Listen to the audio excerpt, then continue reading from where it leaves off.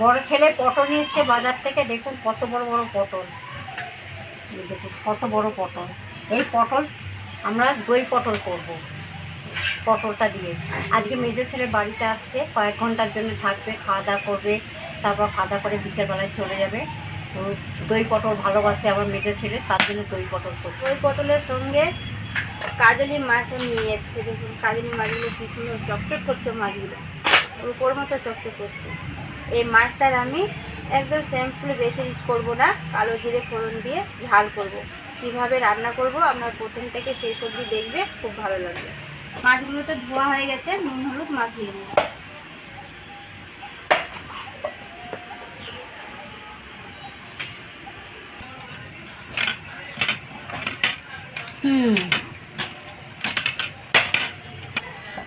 কড়াই বসিয়ে দিয়েছি, এবার কড়াই মাছ ভাজার জন্য তেল দিয়ে দেবো।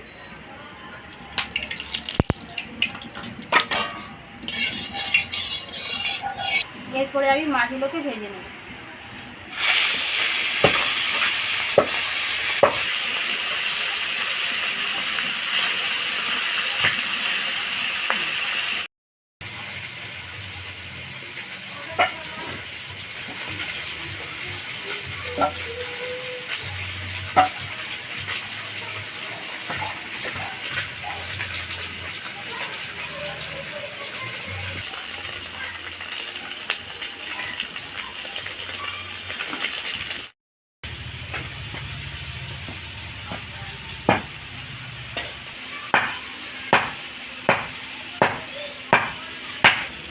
আমাকে ডাক্তার প্রথমবার দেখালাম, তারপরে 3 দিন করে আবার দেখালাম।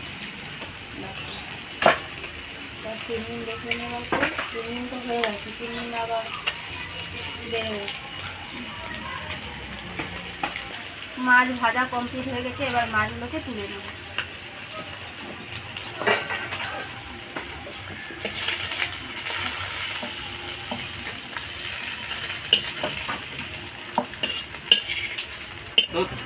এরপরে আমি মাছটাকে রান্না করার জন্য তেল দিয়ে দেব।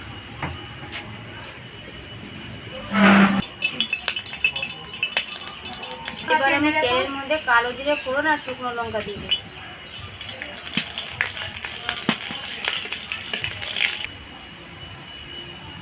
এরপরে আমি টমেটো পেস্ট দিয়ে দেবো 2 চামচ।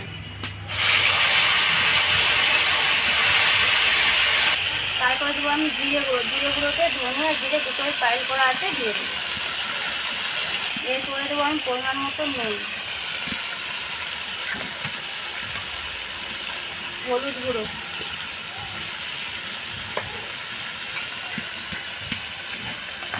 এরপরে দেবো আমি আদা বাটা। এবার আমি অল্প পরিমাণে জল দিয়ে মশলাটাকে কষে নেব।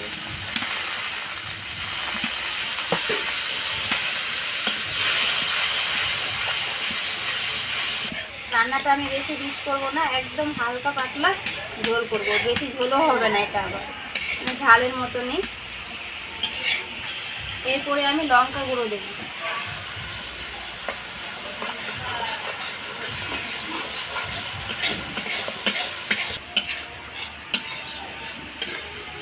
মশলাটা কষানো হয়ে গেছে, এবার আমি পরিমাণ মতো জল দিয়ে দেবো।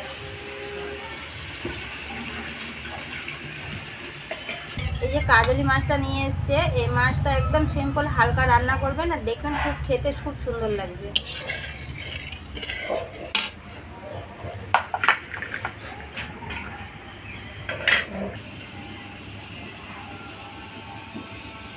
ঝোল ফুটে গেছে, এবার আমি ভেজে রাখা মাছগুলো ঝোলের মধ্যে দিয়ে দেবো।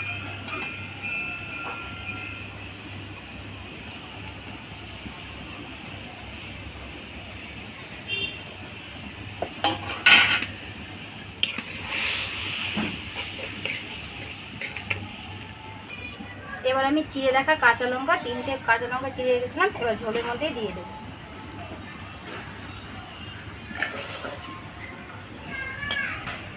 খুব সিম্পল রান্না, তাড়াতাড়ি রান্নাটাও তাড়াতাড়ি হয়ে গেল। কাজলি মাছ আমার রান্না কমপ্লিট হয়ে গেছে, এবার আমি উপর থেকে কাঁচা সর্ষের তেল দেবো, আর কিছু দেব না।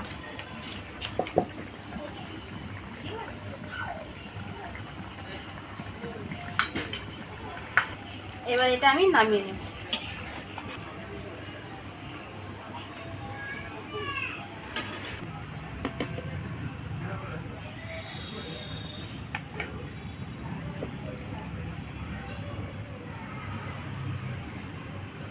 এরপরে আমি দই পটল করবো। মা তো দই পটলগুলোকে খোসা ছাড়িয়ে দিয়েছে, এবার আমি রান্না করব। প্রথমে পটলগুলোকে ধুয়ে নেব। পটলটা ধোয়া হয়ে গেছে, এবার পটলটার উপরে নুন হলুদ দিয়ে মাখিয়ে নেব।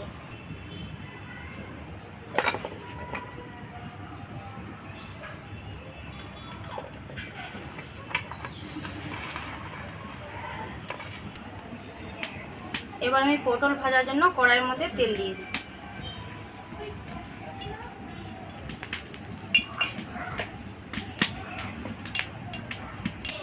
এবার আমি পটলগুলোকে ভেজে নেব।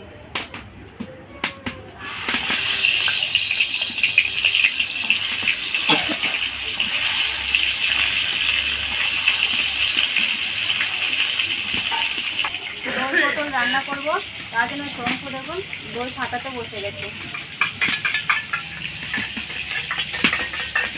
দই ফাটাবার ডিউটি সবসময় শঙ্কুরই থাকে।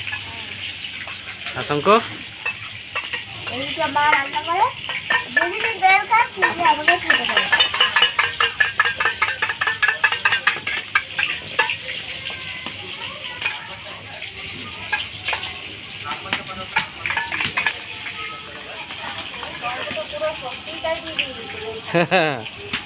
গায়ের জোরে দই ফাটাচ্ছে, চিন্তা করো।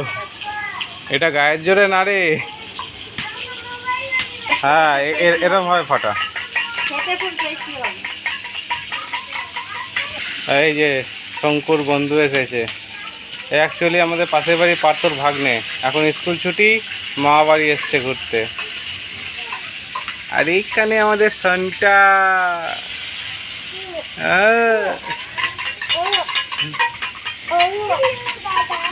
আছে না। এই তো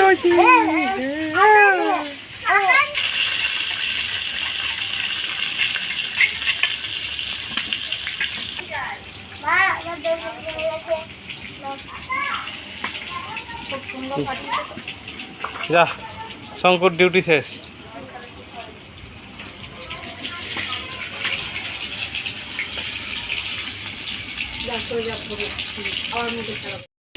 পটলটাকে আমি লাল করে ভেজে নিয়েছি আর ভাজা হয়ে গেছে, এবার আমি তুলে নেব।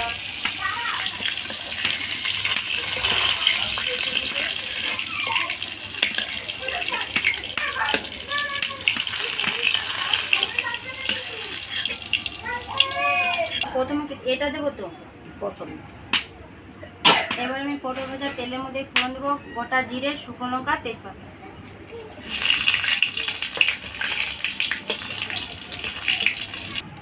এবার আমি মশলা দেবো। মশলাতে পেস্ট করে রেখেছি আমি পেঁয়াজ, আদা, রসুন আর কাঁচা লঙ্কা দিয়ে দেবো।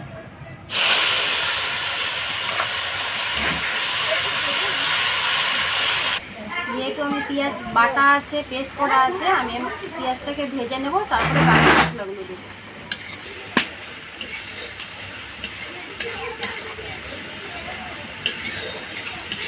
পেঁয়াজটা ভাজা হয়ে গেছে, এবার আমি বাকি মশলাগুলো দেবো।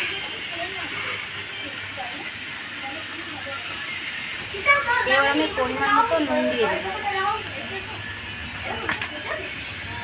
হলুদ গুঁড়ো, আর দেবো আমি জিরে গুঁড়ো,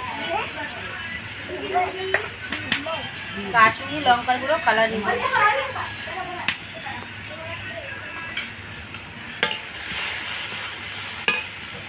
এবার আমি অল্প জল দিয়ে দেবো।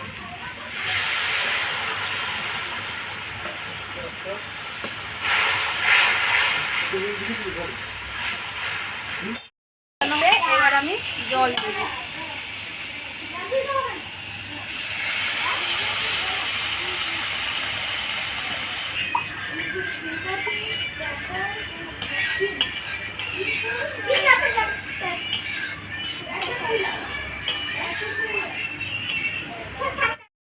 ঝোল ফুটে গেছে, এবার ভেজে রাখা পটলগুলো ঝোলের মধ্যে দিয়ে দেবো।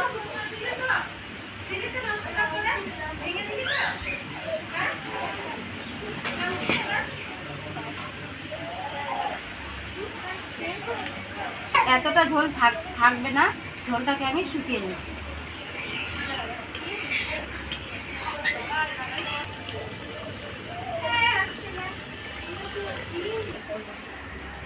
দই পটল রান্না হয়ে গেছে, তার আগে আমি দিয়ে রাখা কাঁচা লঙ্কা দিয়ে দেবো। খাই এখন খাই না। এবার আমি উপর থেকে ঘি দেবো, কারণ যেহেতু গরম মশলা দিতে পারবো না, আমার তো কর্তাবাবু খাবে না, তাই আমি উপর থেকে ঘি দিয়ে দেবো। এই যে বুনু, এই যে আমার বুনু এখানে বসে। দই পটল রান্না কমপ্লিট হয়ে গেছে, এবার আমি নামিয়ে দেবো।